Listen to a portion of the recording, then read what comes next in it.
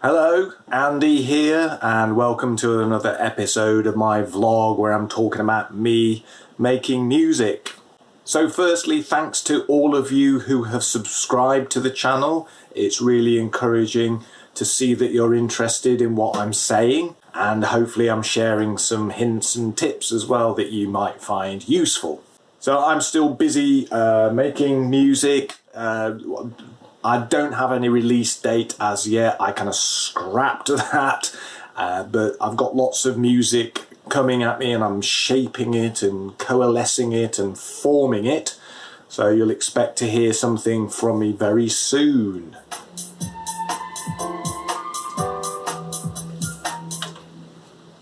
I've noticed this a lot when I'm trying to write stuff, and I've noticed it on tracks I like as well.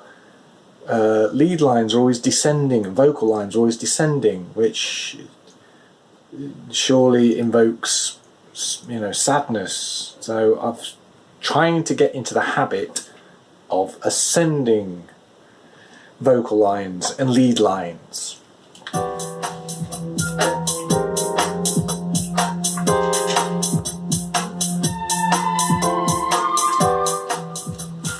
I don't know if there's any musical theory behind this, but I naturally always go down, and it's weird.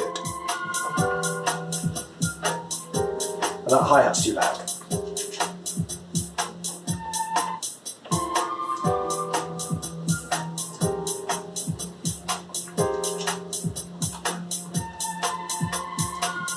With that in mind, I've been looking at the creative process again and reading articles and blogs and books, and I've come across a couple of books that have really not inspired me, but I suppose it's just validated what I'm feeling about the creative process. The first book I want to tell you about is this hefty tome, The Music Producer's Survival Guide by Brian Jackson, and it is a physical book. I actually ordered a physical book. As you can see, it's a right old tome. The subtitle is Chaos, Creativity and Career in Independent and Electronic Music. And I was reading lots of articles and blogs, like I say, and just trying to find that distillation of a germ of something that I was going through. And Brian has written this book that is not, a manual on how to produce electronic music. It's not like put your high-pass filter on your kick drum and all that stuff, but it covers everything else that we as artists encounter. So he talks about chaos theory, he talks about physics, he talks about workflow, he talks about not buying pirate software. It's a huge spread of topics. Now, initially, that huge spread of topics put me off when I first received the book, and I did what it said, try to read through it and then scan it. That's what Brian recommends, and I was like, what? However, having read through it and then scanned it at various points, it's a great book that brings together all those processes that surround not just electronic music or music production, but I suppose any artistic process. So I recommend it. The second book I really found interesting, I also bought in a physical format, Your Music and People by Derek Sivers, and it's just a very light, you can't see, can you? There you go.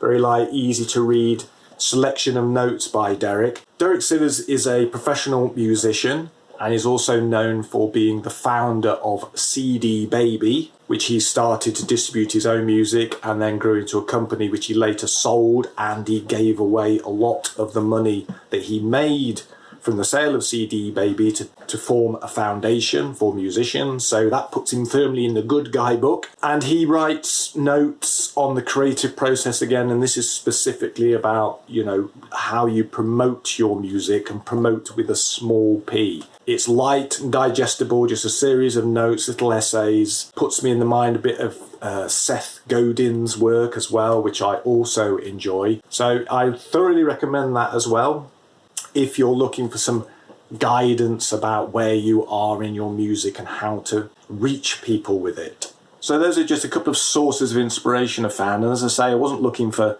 the mechanics of electronic music production. It's just this idea that am I taking this all too seriously or not taking it seriously enough? And definitely Derek Sivers' book about how you communicate your art to other people has been interesting and informative. So that's it for me for this week. I'm going to get back to making music now. I'll be posting stuff on SoundCloud this week, so look out for that. Please stay safe, and you will hear from me again next week.